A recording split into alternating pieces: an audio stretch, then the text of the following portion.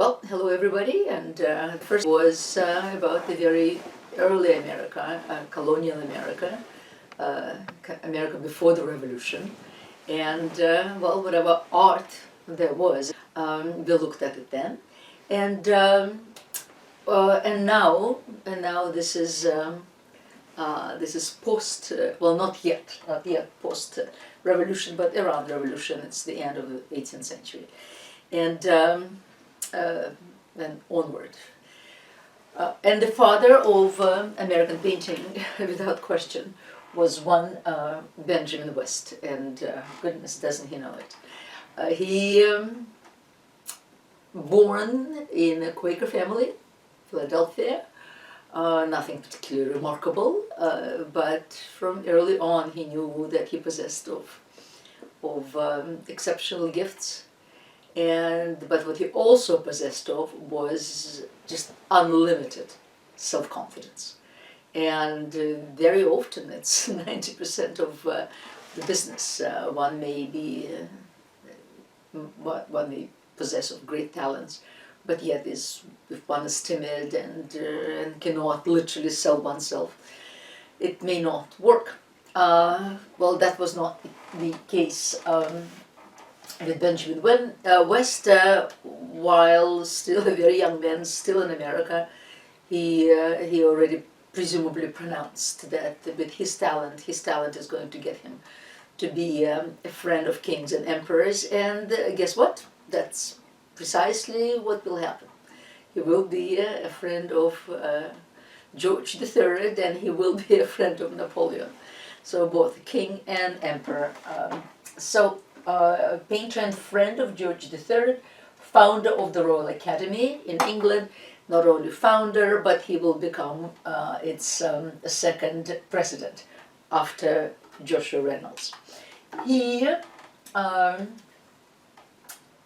worked for about 10 years. Well, less than 10 years, really. Let's see, 59. No, what am I talking about? No. Well, at 22. I know he will find himself in London. So still a very young man. But until then he had to prove his worth. And he worked in Pennsylvania completely self-taught. Because, I mean, obviously there was nothing to look at. There were just no significant paintings. There were prints, but again, not very good prints, what America had.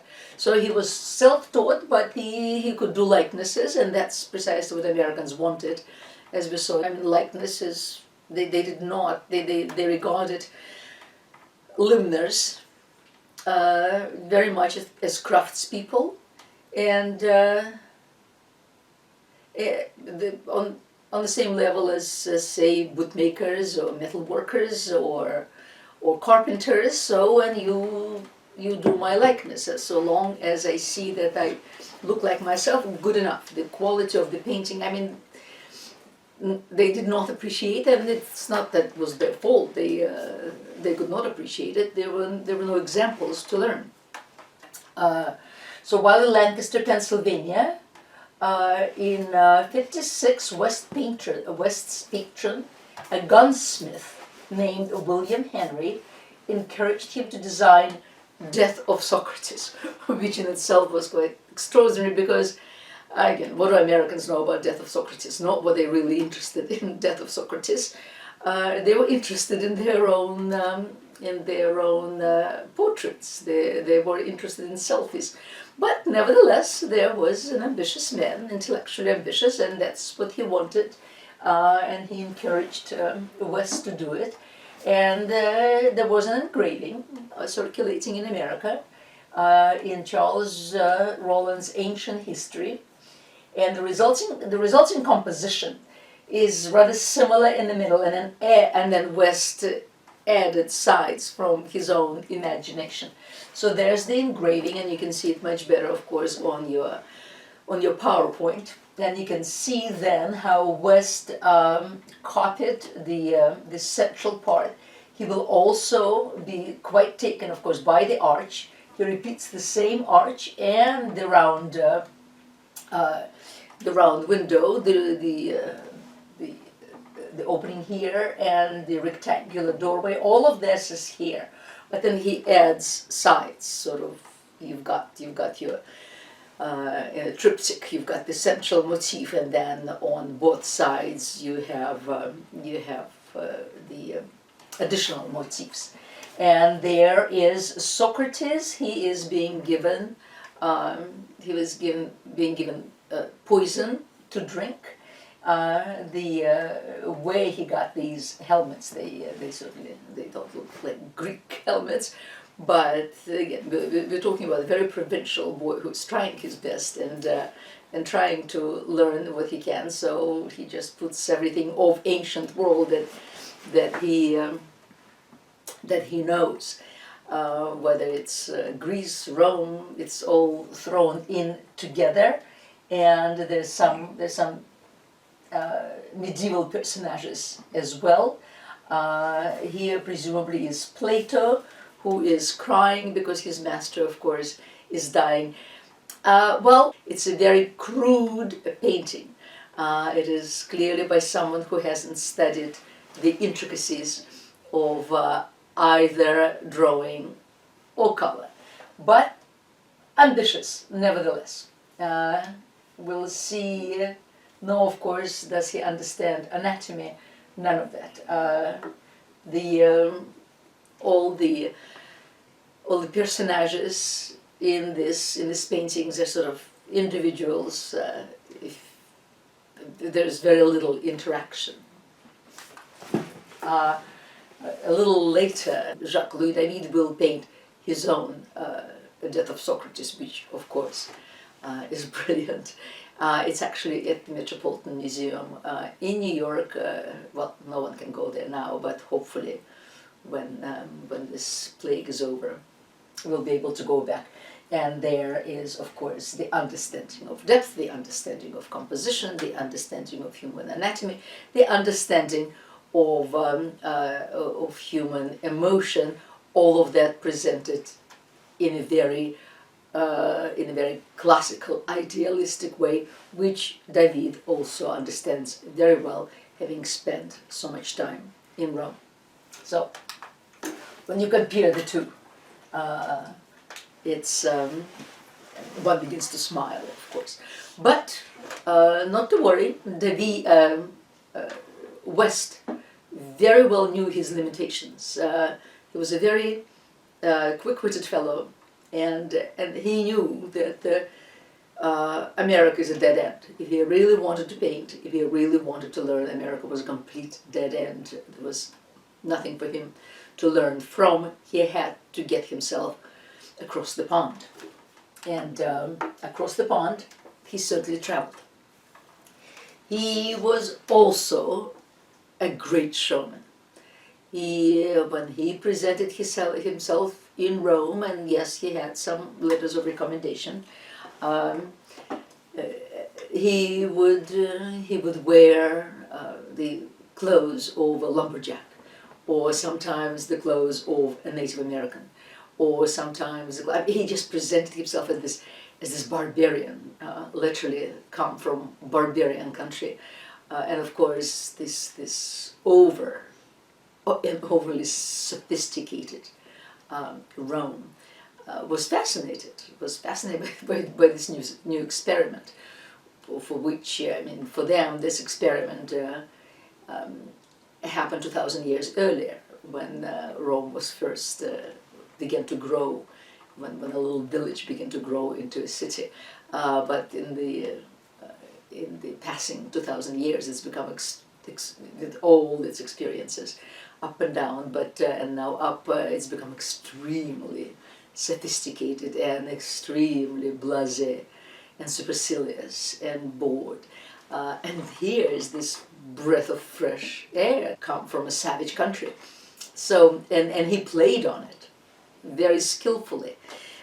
He was quickly, at the age of 22, he was quickly introduced to a cardinal, Alessandro Albani, who was the arbiter of artistic taste, who was at the top of the art world. and who took West under his wing. The first thing one of the first things that he took him to see was the Apollo Belvedere, a sculpture that was unearthed back in the 15th century, and by the 18th century, by the time West came there, it was considered the ultimate example of beauty, of classical poise, balance, harmony, all that same vocabulary we had heard before, and to look at Apollo Belvedere, and particularly surrounded by such distinguished company, was in fact considered a religious experience. And but what does let's today consider Rome come, he discovers that. But what does West exclaim the moment he sees it? I mean, he was such a clever man. How like a young Mohawk warrior, his strength, agility, his grace. So all these blasé Italians around him, of course, just probably for the first time in their lives, they were for the loss for words, but he was extremely popular, and he was a dinner entertainment. Everybody wanted to have him to their parties, to their dinners, because he was such a great novelty, exotic. Johann Winkelmann was a German, lived in Italy, and he was the foremost authority on everything classical, and he's the one who pronounced that that the Apollo Belvedere was this combination of noble grandeur and yet simplicity at the same time. So altogether, it was the ultimate piece of art.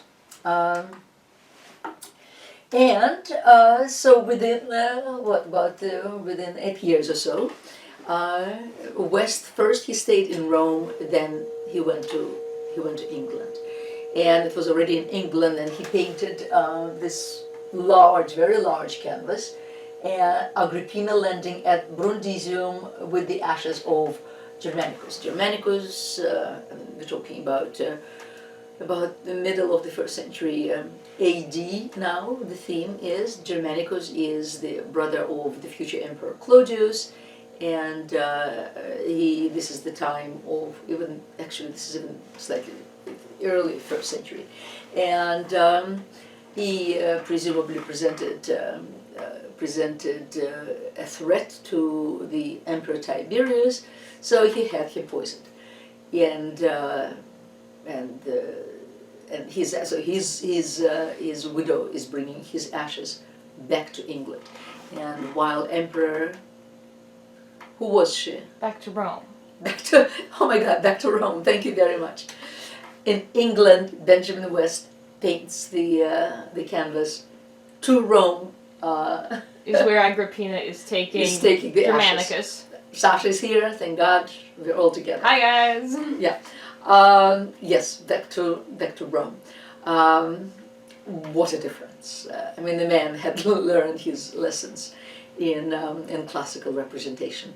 Not only all the classical rules and regulations, but also the control of his brush, the control of the brush strokes, the ability to draw spectacular, the pathos, the expression, all the color that is kept very much subordinate to form.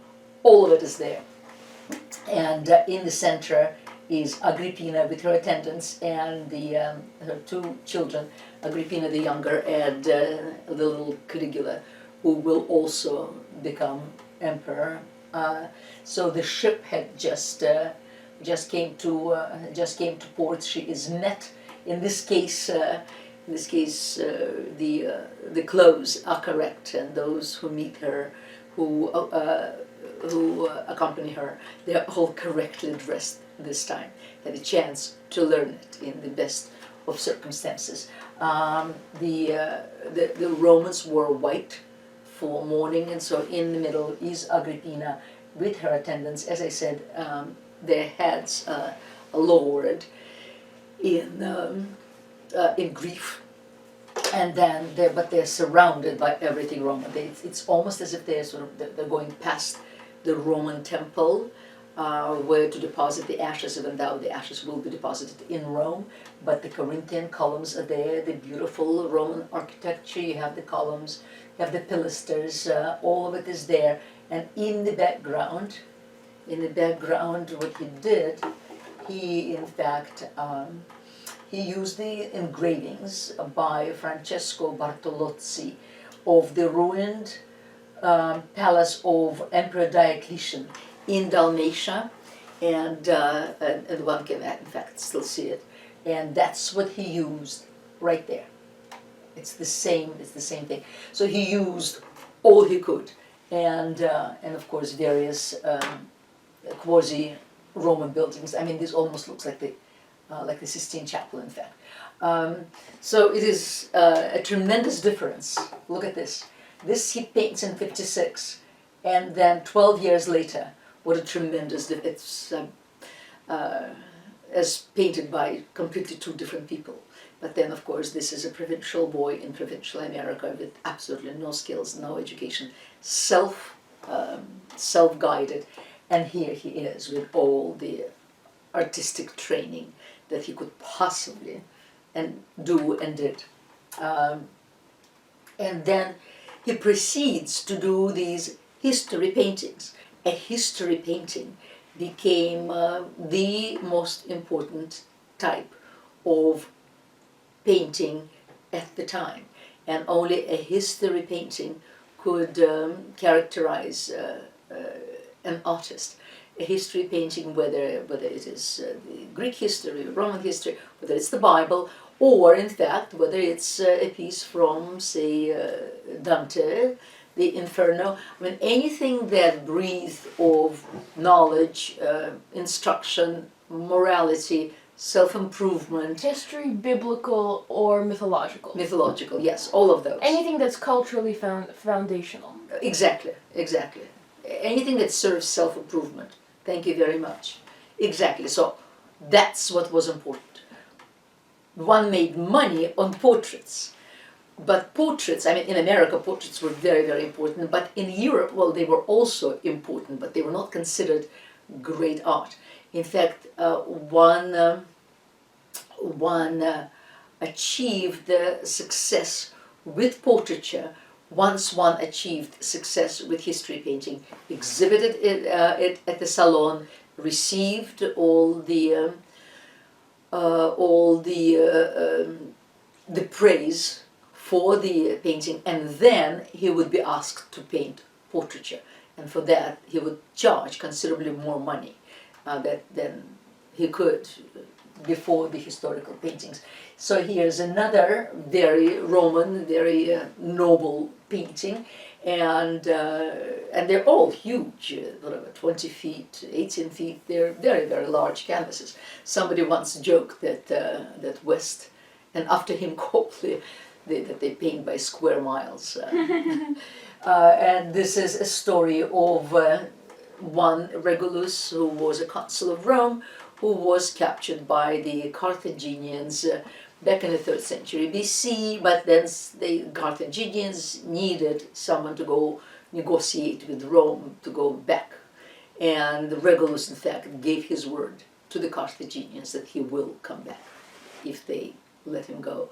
Goes to Rome, he negotiates whatever terms, and then he keeps his word to go back. Even now, he knows that he will be tortured and put to death. But the nobility, the virtue, the honor, the complete absence of self-interest and meanness, all of that was very much part of a history painting, because well, that's how one wanted the new generation to grow up and the present generation to still tried to imbibe. And was he tortured, or did they let him go? We don't know. Presumably he was tortured. Oh, then he was. It's not Yeah. like the Carthaginians saw his nobility of Oh, no, spirit and were no, like, "Wow, no. what a great guy." Actually, no, we don't have any records. Okay, no, I'm just saying. These are from Roman historical. It's not like writing. they looked at him and went, "Wow, you're swell." I know, right? Wouldn't they? Yeah. Yeah. I feel like they would. They probably would, but no, that's not what the Romans wrote. Okay. And we don't know any. We have no literary sources From Carthage. Carthage. So everything we know comes from Rome, and Rome will always portray themselves as noble and correct. Got it. So in this case, instead of the Corinthian columns, we have the stern, sober Doric columns right here, and the Doric architectural style, in front of which everything here is happening. A dark shadow descends from another building, and there is our Regulus, who, despite this genuflection and begging of everyone around him, nevertheless, no, he promised to go, he shall go, and off he goes. So the composition, again, classical composition, everything happens in front of us. There's a bit of a middle ground, far ground. It's perfect. It's perfect from the classical, neoclassical point of view. It's perfect composition, and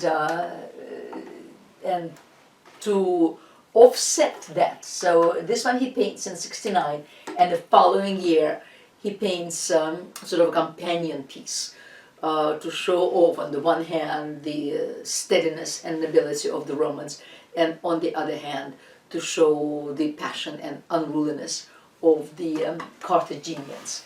And this is the young Hannibal, who will become the greatest commander of the Carthaginian army, and in fact will almost defeat Rome. Almost, not quite. So, and in cases like this, of course, almost doesn't count, except the Romans were very scared when this happened. Hannibal's oath. There are several versions of Hannibal's oath, because again there are no records of the Carthaginians.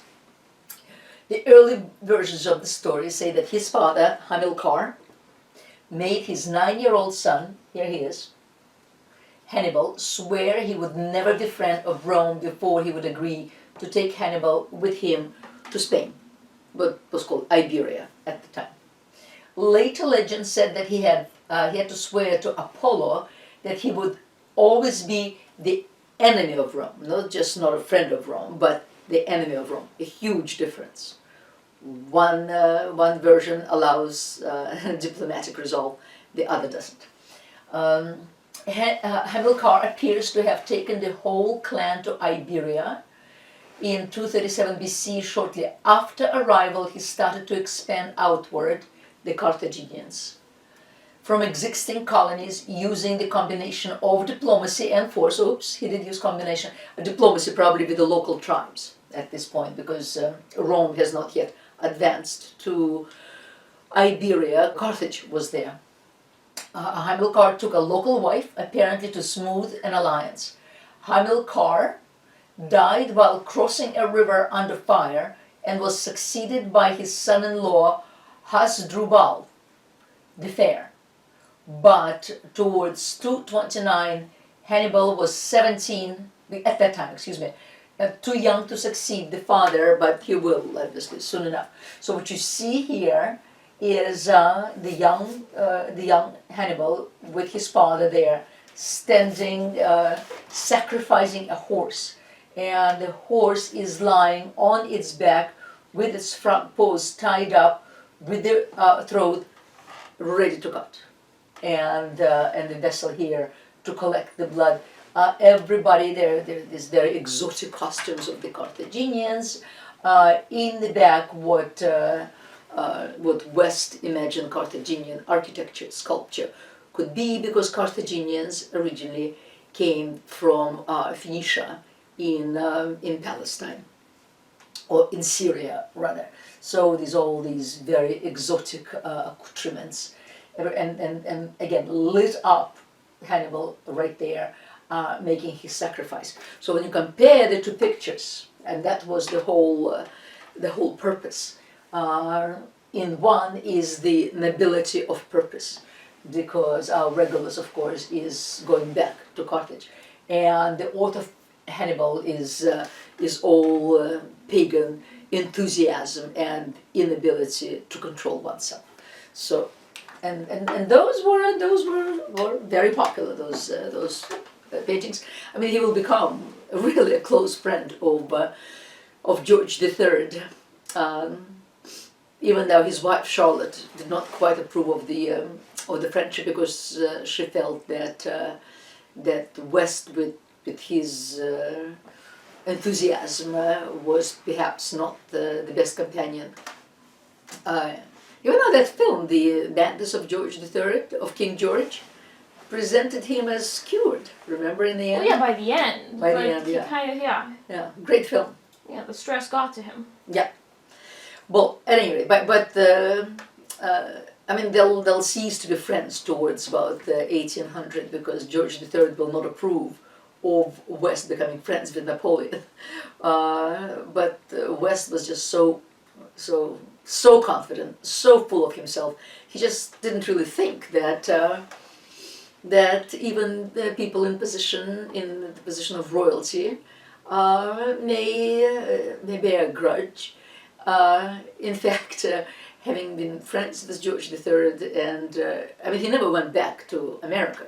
All he painted was now in England, and yet he wrote to Thomas Jefferson after the Revolution that he was best situated to paint a memorial, to canvas to George Washington, and perhaps even designed one, architectural one.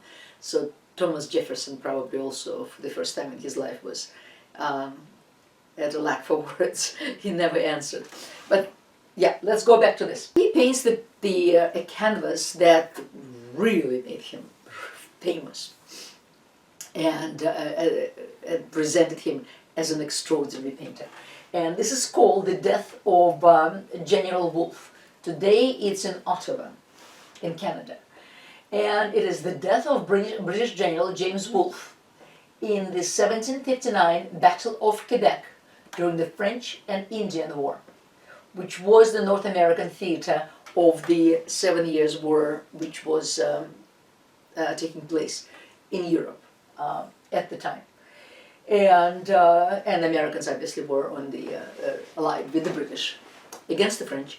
And here, well, the first thing he does is that he changes the classical attitude, because, as we saw, he presents this very pathetic, grandiose, pathos, not pathetic in the pejorative word. This is before the American Revolution.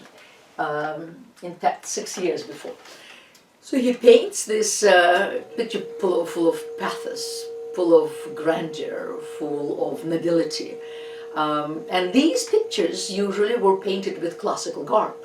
Even contemporaneous figures were then given togas to bring forth the immortality, the continuation of classical virtue as it now is exhibited by the contemporary heroes. He was the first not to do it. He, in fact, presents them in contemporary costume. And when George III, in fact, asked him why he had done that, he said, well, these people are heroes, and they're heroes for their very own, and this is a hero for his own land, for our land, for England, and England must be sung, not Rome, even though the Roman virtues are very much evident there. And that's how, and he really was the first to begin the tendency to present those the contemporaries in their uniforms. But of course the whole thing is imagined, because none of this happened. He did die, but he died somewhere, alas, somewhere under a bush, probably bleeding from his wounds. But in fact, West writes, Wolfe must not die like a common soldier under a bush. The painting should be proportioned to the highest idea conceived of a hero. A mere matter of fact will never produce this effect.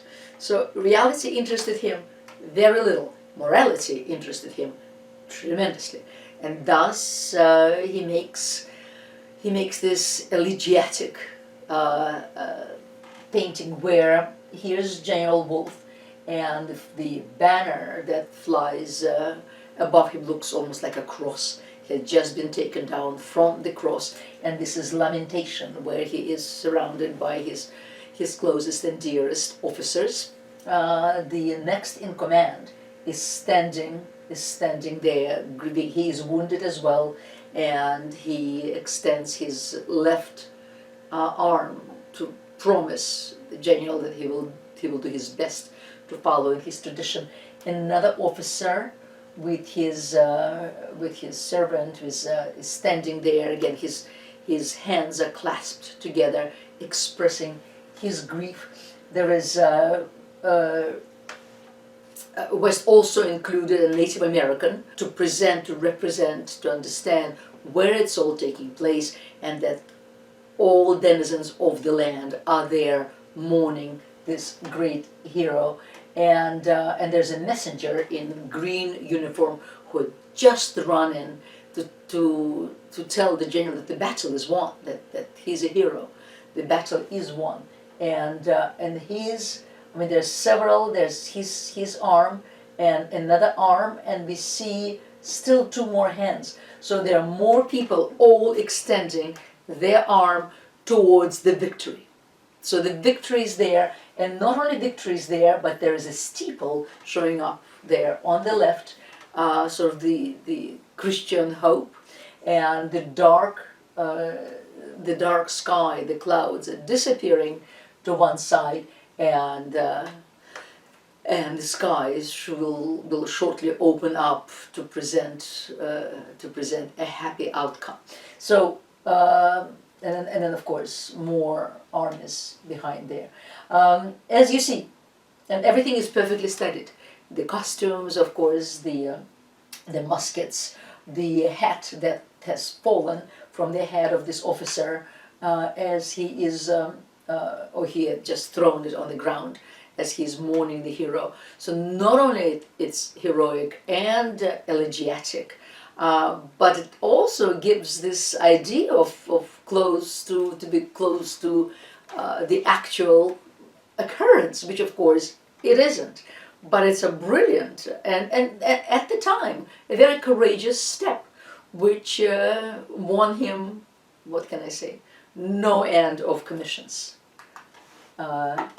His Quaker family visited him, and here you see his elderly father and his brother wearing these very somber uniforms. Oh God. I know. Meanwhile, here he is dressed in these gorgeous silks and damasks, and Oh wow. and of course in his white wig, and there's the mother, the wife. Excuse me. His the wife? That's his wife. And his son. And his son and a little baby. And the son looks like a young nobleman, and the wife too is dressed in all the best clothes. So this is his brother. This is the father and brother. They came from Pennsylvania. Yeah, they did. Right. And here you see the difference. It's an interesting portrait, and it will actually be emulated in the future by a number of artists. This juxtaposition of complete sobriety and Quaker reticence with this very sophisticated, very worldly family, which really have nothing with each other anymore, nothing common, even though they still are a family. And he almost paints himself as a bust against the very the plain walls, but a beautiful, beautiful, of course, silk velvet curtain in there. The gorgeous pillow that his wife is, which matches the chair that she's on. A great contrast. Do we know how his family felt about this, his rise to success? Do we know? Well, I'm sure they liked it, but they are Quakers, so I'm sure they profited by it also. Right. I didn't read his biography. Okay. Yeah. All right. We can look it up. Yeah. He was actually, I mean, he'll never come back to America, but he will always be very pro-American. And the reason he is also called the father of American art is because he will very much welcome all the young American artists who came to England. He would welcome them, he would train them, he would make them his assistants. He is, because England also really didn't have an art school. The academy taught drawing, but never color. So his household, in fact, became that school for American artists. And sort of almost in the medieval Renaissance tradition, where one trained in an artist's workshop, and that's where one learned one's skills. And this is what happened with Benjamin West and the American artists. And he continued to paint on American themes, and here is a very large canvas again, and that was commissioned by Thomas Penn, son of Pennsylvania's founder, and it depicts the legendary meeting between William Penn and members of the Lenape tribe on the Delaware River. We talked about it. Remember the 36-hour walk treaty, where they actually hired a runner to go run instead of walk in that period of time. So this treaty was one-sided. So honoring his patrons and his own Quaker heritage, because remember he's a Quaker, he employed neoclassical style to convey visual and political harmony. So he depicts three factions that shaped Pennsylvania for most of the 18th century. And those are, of course, the Native Americans, the Quakers, and then the merchants. So all of them are here together. And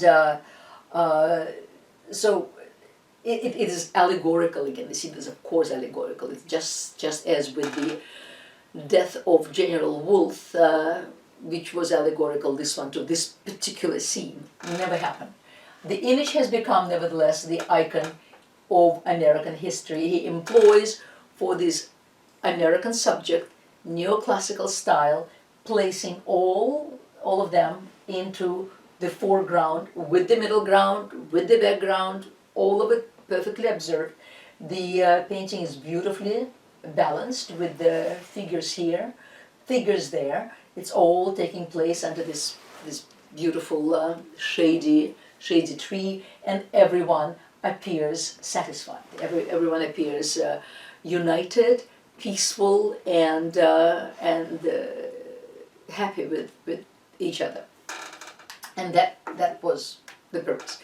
And then, as I said, he just continued to paint more and more of great historical subjects. And this is a certain battle at La Hogue that probably shows the events of May 1692, when the British sailors rowed and torched the French ships, dedicated to the Right Honourable Lord Grosvenor, who apparently commissioned the painting. I mean, he could do nothing wrong, and he charged an enormous amount of money for his paintings, and got the money.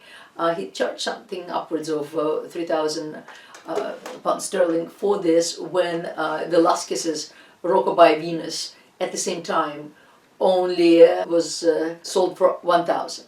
And we must understand that 1,000 back then, it's probably more than $1 million today. Yeah, probably more. So he charged an enormous amount of money, and he is becoming less and less neoclassical, as you see, and more Baroque, Rococo, with guns shooting, with the water boiling, with the smoke flying into the air, these dramatic putting together of the darks and the lights. the light and shadow. It's all contrasting here, and there's billows of smoke and billows of, and then there's fire coming from the French ship. Meanwhile, the English, of course, are full of nobility and heroism and Englishness. Here's another one, and that one actually refers back to a 100-year war between France and England, and there's it's Edward III right here, deals with the foundation of the Order of the Garter, which is the most prestigious decoration, knightly decoration. Well, today it has little to do with the knightly validity. Today, the Order of the Garter is given to commemorate some distinction, or it's given to heads of state, this sort of thing. And events of the time of the Order's foundation is the late 1340s, which demonstrate the heroism, magnanimity, well, the same thing, of course, and chivalry of the Order's founder, Edward III. His son, the Black Prince, and his wife, Queen Philippa, depicts the crossing of the Somme, which is a river in France, prior to the Battle of Crécy on 13 August 1346. An English army led by Edward III crosses the river and drives back the forces. Here, to the right of Edward III is his son, the Black Prince, who will actually die. He will never get to be a king. But he was always very famous in history for being a true knight, chivalrous, courageous, honorable, all of those. And here are the banners flying, and the clouds flying, and the sun of hope coming up, and the reds and the whites and the darks, and all of that is juxtaposed. People trying to swim from the river but drowning. So all the panoply of this, it's almost paranoid grandeur of sorts in these. But that's what one wanted at the time, and that's what West contributed.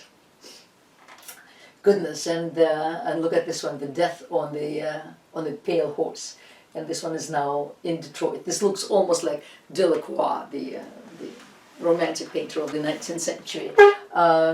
Revelation, and behold the pale horse, and he who sat on it had the name Death, and hell was following with him. Authority was given to them over a fourth of the earth to kill with sword and with famine and with pestilence, and by the wild beasts of the earth. Oh my God, and it's all there. What can I say? It's all there. I mean, every color of the palette is there. Every emotion with pathos is there.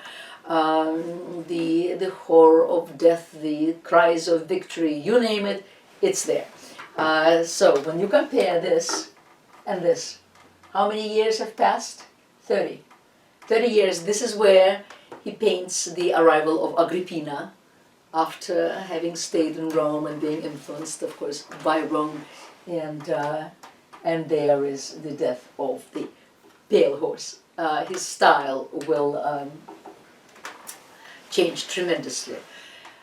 Now, as I said, he was extremely successful. People came to see his paintings in greater numbers than they would go to see art in the academy. So even when George III removed himself, he didn't want to be friends with him anymore. Why? Because as I said, Benjamin West went to France. Right. And there, and then Napoleon saw his paintings and loved them, and Napoleon befriended now Benjamin West. So he was now a friend of the emperor. But of course, France had just gone through the revolution back in 1789, and Napoleon now is an upstart, make himself emperor. Well, not yet, but he's the first consulate yet. But that did not please George III. That when West went to France, and in fact and that he's a friend of everybody, and he can't choose his friendships carefully. So George III didn't want to be his friend anymore.